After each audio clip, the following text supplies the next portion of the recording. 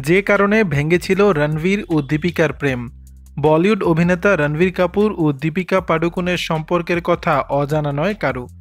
মোটামুটি একই সময়ে ক্যারিয়ার শুরু করেছিলেন তারা।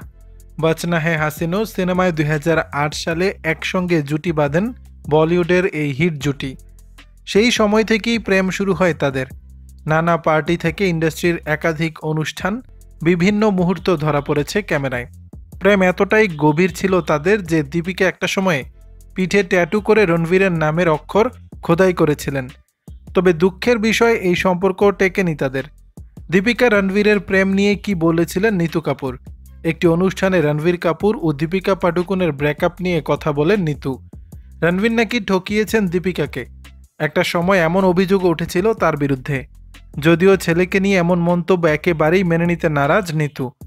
একটি পুরনো সাক্ষাৎকারে নিতুকে বলতে শোনা যায়, আমার মনে হয় না ওর অনেক বান্ধবী আছে, কেবল একজনই ছিল, সে দীপিকা। আমার মনে হয় হয়তো সম্পর্কের মধ্যে কিছু একটার অভাব ছিল। সম্পর্ক তো সবারই থাকে এবং সময়ের সঙ্গে সঙ্গে সকলে এগিয়েও যায়। যদি তাদের সম্পর্ক এতটাই নিখুঁত হতো তাহলে সম্পর্ক ভেঙে যেত না। একই সঙ্গে নিতুর আরও জানান, তিনি কোনোভাবেই দীপিকাকে খারাপ বলতে চান না। কখনো তার মনেও হয়নি মেয়েটি কোনো দিক থেকে খারাপ। তার কথায়, বিয়ে করো না বা এরকম বান্ধবী রেখো না এমন মন্তব্য তো কখনো করব না। রণবীর যা করতে চায় সেটা ওর উপরে নির্ভর করবে। তবে আমি আমার তরফে যতটুকু সম্ভব মতামত জানিয়েছি, বাকি সিদ্ধান্ত ও নিত। তবে বর্তমানে দুজনে নিজেদের মতো করে তাদের জীবনে এগিয়ে গিয়েছেন। দীপিকা ও রণবীর বিবাহিত। শুধু তাই নয়, তাদের দুজনেরই কন্যা সন্তান রয়েছে।